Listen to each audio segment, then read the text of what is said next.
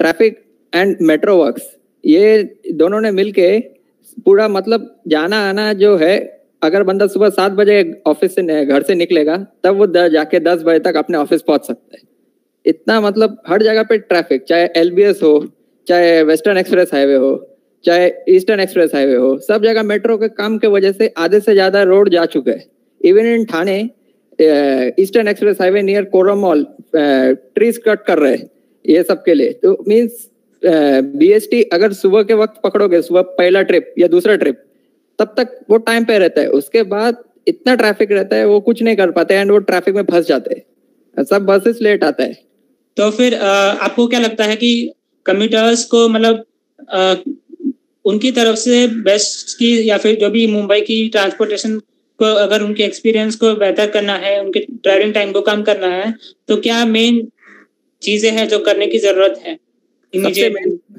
सबसे मेन बात जो है ना, जो अभी जो कंडक्टर लेस बसेस, ये जो कंसेप्ट है वो हटाना चाहिए। हर जगह पे ग्राउंड बुकिंग के लिए अगर बस एक स्टॉप पे भी 5 मिनट भी लेता है, एक स्टॉप पे 5 मिनट लेते लेते वो इतना एंड तक कितना उसका लेट हो गया, वो टाइमिंग वो कैलकुलेट अगर करेंगे तो ऑब्वियसली है कि उसका कम से कम 40 मिनट 45 मिनट्स डिले होता है एक राउंड में। एक राउंड में अगर पैसेंजर्स को 40-45 मिनट्स डिले होता है तो how can anyone reach their office on time? And boss भी 1 दिन 2 दिन अपने को ग्रांट देगा कि हाँ बाबा ठीक है लेट आ जाओ। We can not go off in means देरी से रोज नहीं पहुंच सकते ना हम भी। सो फर्स्ट मेजर थिंग जो है, कंडक्टर्स खुद के हायर करो एंड ये कंडक्टरलेस कंसेप्ट बंद करो। एंड सेकेंडली जो बड़ा बसेस फ्लीट में लेके आई है, छोटा छोटा बसेस से ना ट्रैवलिंग एकदम मतलब जो बड़ा बस एक साथ 100 कैपेसिटी पैसेंजर्स उठाता है, वो छोटा बस हार्डली 30 उठा सकता है। तो 3 बस एक के पीछे एक उनको छोड़ना पड़ता है, तो उसके वजह से और ये होता है तकलीफ। पंकज, जो जनता का एक फोरम है आपली बेस्ट आपल्यासाठी, उसमें कार्यरत है।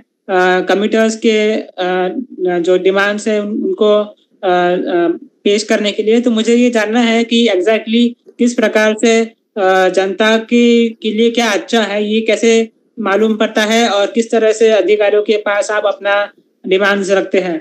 देखिए, सबसे पहले डिमांड हमने ये रखा है कि जो आपकी जो फिट बसेस है बीएसटी का खुद का, जो इसको 15 साल के नाम पे ये लोग भंगार में डाल रहे हैं, उसमें से भी कोई अच्छा बसेस है जो फिट कंडीशन में है, वो बसों को आप लोग अगर ग्रीन टैक्स भरते हैं सरकार को, एक अमाउंट है वो कानून में लिखा हुआ है, यदि वो भरते हैं तो वो बसेस अगले 4-5 साल के लिए और चल सकता है।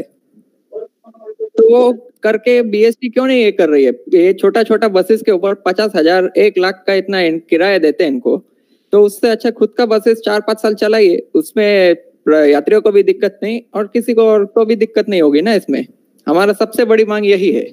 दूसरी बड़ी मांग ये है, खुद के कंडक्टर भर्ती कीजिए। प्राइवेट करके अगर यदि कल को कोई प्राइवेट कंडक्टर पैसा लेके भाग गया तो उसकी जिम्मेदारी कौन लेगा? वो हमारी मांग है।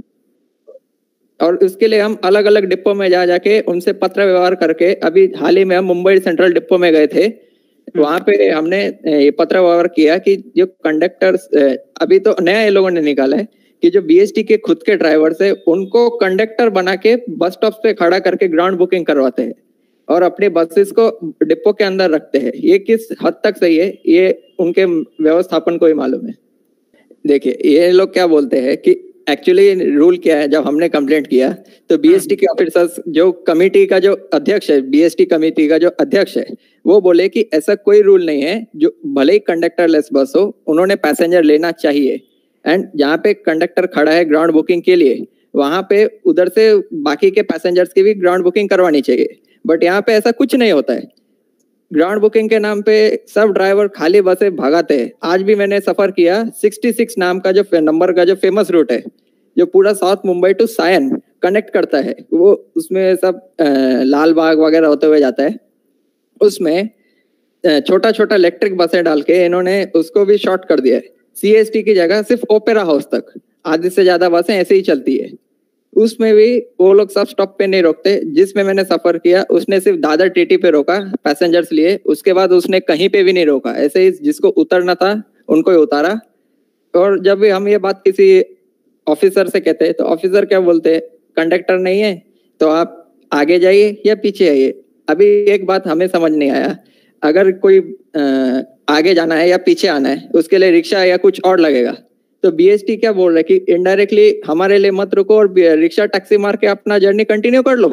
अगर किसी को रिक्शा या टैक्सी मारना ही है तो वो अपने डेस्टिनेशन तक क्यों नहीं मारे? वो 2 स्टॉप के लिए रिक्शा टैक्सी मारने का क्या फायदा है उसका?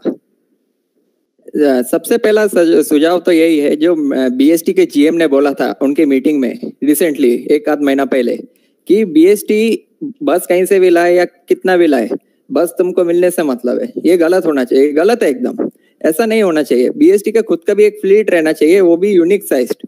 अभी छोटा बस में कितना कोई खड़ा, उसमें लोग खड़ा करके भरते हैं बसेस में पैसेंजर्स को, उसमें खड़ा रहने के लिए भी किसी को, बहुत लोगों को तकलीफ होता है। सेकेंडली, जो बोला था उन्होंने कि मेट्रो के लिए फीडर रूट्स हम बीएसटी चलाएंगे एंड वो जो उनका बड़ा बड़ा रूट्स है वो बंद करेंगे। बीएसटी एक फीडर रूट के लिए नहीं है, बल्कि लंबा रूट्स उन्होंने और बढ़ाना चाहिए ताकि लोगों को कनेक्टिविटी मिले। जैसे कोई कोई रूट्स है जो डायरेक्टली वेस्टर्न लाइन को हार्बर लाइन से कनेक्ट करते हैं। अभी कोई बंदा मेट्रो से 6 बार या 10 बार उतर के थोड़ी कोई जा सकता है। जो बीएसटी 351, 357 ऐसे बहुत से रूट्स है उनके जो डायरेक्टली कनेक्टिविटी देता है। सो आई थिंक उन्होंने लॉन्ग रूट्स भी रखना चाहिए एंड फीडर रूट्स के लिए उनको चाहिए तो उनका जो वेट लिस्ट का बसेस है वो डाल दे फीडर रूट्स पे। जो मेन कनेक्टेड फीडर रूट्स है जैसे अंधेरी टू सिप्स है या बीकेसी टू बैंड्रा स्टेशन, ऐसा के लिए वो छोटा बसेस का यूज हो सकता है। हाँ देखिए, हमारे बीएसटी के बस की जो ये है आयु है 15 साल की है। हम लोग एक घसारा फंड निकालते हैं, 15 साल के अंदर उस बस के जगह पे नई बस लाने का प्रोविजन हमको करना पड़ता है बजट के अंदर। लेकिन आगे के दिनों में उनको ऐसा कोई भी प्रोविजन नहीं करना है। उनको आने वाले दिनों में बीएसटी की बस न होकर के कॉन्ट्रैक्टर की बस होगी। अभी देखिए जो इलेक्ट्रिक बस आई है वो बस केंद्र सरकार ने लाया। सरकार का ये नीति है कि इलेक्ट्रिक बस बढ़ाना चाहिए और उसमें सब्सिडी थी। अगर वो इलेक्ट्रिक बस बीएसटी ने लिया होता तो उसको 40%, 50% सब्सिडी मिलती थी केंद्र सरकार से। लेकिन उन्होंने क्या किया, ये बसों को हंसा बोल के प्राइवेट कंपनी को दिया और उस प्राइवेट कंपनी ने वो इलेक्ट्रिक बस लिया, तो सब्सिडी का जो मलाई है वो उसको मिलने वाला है और बीएसटी खाली उसको दौड़ाएगी। तो ये सब जो चल रहा है राजनीति, और ये मुझे लगता है कि ये सब चीजों को जनता के बीच में हमको लाना पड़ेगा, बताना पड़ेगा कि किस तरीके से आपको सुविधाओं में कमी आ रही है। क्योंकि निजीकरण वगैरह बोल करके जनता के दिमाग में नहीं आने वाला है, क्योंकि जनता को लगेगा कि हमको बस चाहिए, चाहे निजी हो या कोई भी हो। तो हमको ये बताना पड़ेगा तुम्हारे पैसे से, क्योंकि हम टैक्स देते हैं बीएमसी को, और उस टैक्स से हमें कितना मिलता है वो हमने देखना चाहिए। अब उस टैक्स से आप करोड़ों रुपया कोस्टल रोड के लिए आप खर्च कर सकते हो, उस टैक्स से आप फ्रीवे के लिए पैसा खर्च कर सकते हो। तो उस टैक्स से हमारे 28 लाख जो प्रवासी वेस्ट के अंदर सफर करते हैं, तो वो वेस्ट पे खर्चा क्यों नहीं कर रहे हो आप?